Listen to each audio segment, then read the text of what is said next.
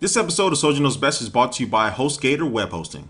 Hey, what's up guys, Soldier Knows Best here. In this video, I'm going to show you some tips and tricks from Mac OS X Line. In this first 24 hours, it's already been downloaded over 1 million times. I know a lot of people out there are just wondering what little things and changes that Apple actually make to this OS. I'm going to show you some of those things right now, starting with the dumbest change that they made as far as the default scrolling. Now, I'm going to show you here in Safari. As I'm trying to scroll down on the page, it goes up. Very stupid, right? When I scroll up, you know, look at that. It goes down. I don't like that. That's how iOS works, but I don't want that on my desktop. Now, to get rid of that, you need to go to, oh, there it is. You need to go to System Preferences here and go to the trackpad. And under the scroll and zoom section, you just need to uncheck this first box, and it'll change it from the Apple natural way of scrolling back to the human way of scrolling. Now, while I'm also in here, I'm going to show you how to actually add a personal message to the lock screen. So, do you have your computer password protected? You know that screen you need to enter your password. You can have a little message down below. You need to go to Security and Privacy. Then you need to hit this little lock here and enter in your password there. And after you enter in there, unlock it. I'm not showing you this, of course.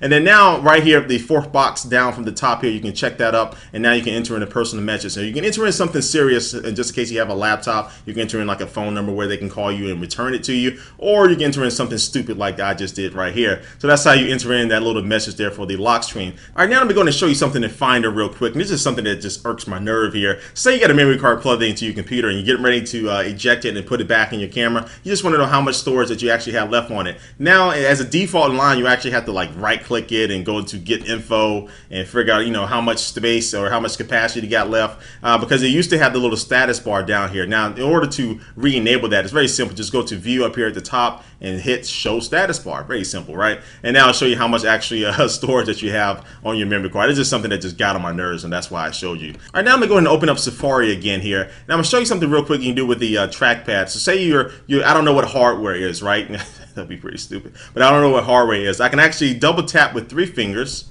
and I'll bring it up the dictionary, to the source, and the Wikipedia information about that word, whatever you're trying to find out. And you can actually click on one of these. I'm going to click on this Wikipedia here. It'll open up another window here and give you a little bit more information. So this is something pretty cool to do, just using the multi-touch gesture. Now, coming here to the keys here. So say you want to type in an accent character, you know, the little letters that have little squiggly lines above them that you probably never use. I never use one in real life. You can just tap and hold on to the key on the keyboard. It'll bring up this little menu here. You can use the arrow keys to kind of search through which one you're trying to look for, or you can just type in the number, say number 4 there. I can type in number 4 and boom, there it is. There's something that is probably the least amount of useful information that a lot of people out there won't be able to use, but I just told you, so I guess there it is. It's pretty stupid, right? But anyway, also Apple has made it has entered the emoji icons or characters into their little character board here, the special characters. There it is. So you can just go into special characters really from almost any application, and there they are right there. Now you can kind of just drag and drop them. Let me see. I'm going to get this frog over here.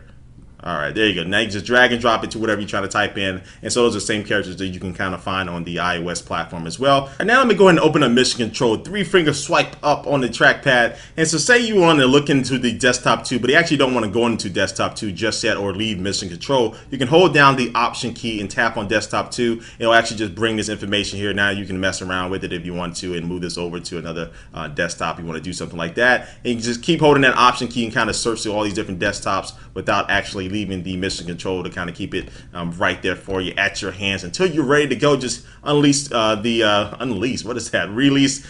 Option key and just tap right back into the actual desktop that you want to start working in. All right, now I'm going to show you something real quick with QuickTime. Let me find it real quick. All right, there it is. Now, if you didn't know already, you can actually record your desktop and do screen recordings with QuickTime. But now you got another option here. Let me go ahead and open it up real quick. And I failed right there. And there it is, screen recording. Now you can actually choose what part of the screen that you want to record. So you can just drag this over here and then kind of move this around, and you just have just one section of the screen that you want to record. This can be very, very useful if you're trying to show some people some type of tutorial or do something like that. So that's how you do that, and just press escape if you want to cancel that. And that's QuickTime X real quick there for you. All right, now to a couple questions I'm getting asked a lot. And the first question is, how do you create a restore CD of Mac OS X Line? Because it is only digital now. You can only download this from the Mac App Store because Apple isn't selling box versions of it. I'm going to show you how to do it here real quick. And preferably you'll want to do this right before you install Mac OS X Line. So after you download it from the Mac Application Store, you want to go into your Applications folder, and you'll see a little application that says Install Mac OS X Line or Install Line.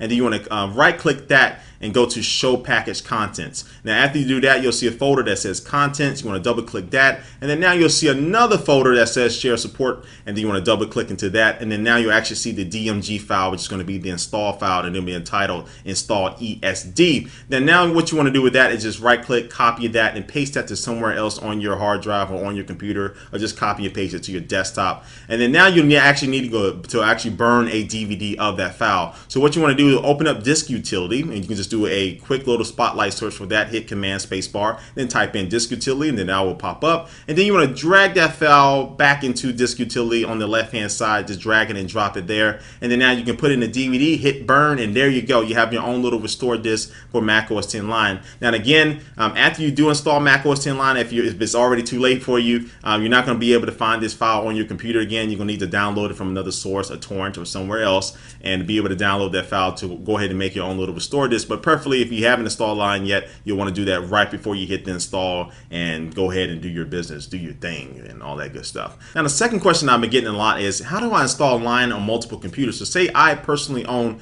3 Macs, but I don't want to buy macOS 10 Lion 3 different times. The easy way to do this is just to log in into your same iTunes account on all of those computers and just re-download Lion. It's not going to charge you again. Now, if you are going to be logging into these computers for the first time with that iTunes account, it may have you verify the 3-digit security code on that credit card that you use to register with that iTunes account. But after you do that, you're set to go. Just re-download Lion and you're back in business. So those are just some quick tips and tricks of macOS 10 Lion. I did make another video on my YouTube channel going into a little bit more detail about some of the key features like mission control and Launchpad and all that good stuff. So if you watch me on Revision 3 or somewhere else on the internet, you can actually go to my YouTube channel and check that video out. But anyway, guys, before we totally head out of here, I just want to take one last look at our sponsor for this video, and that is HostGator.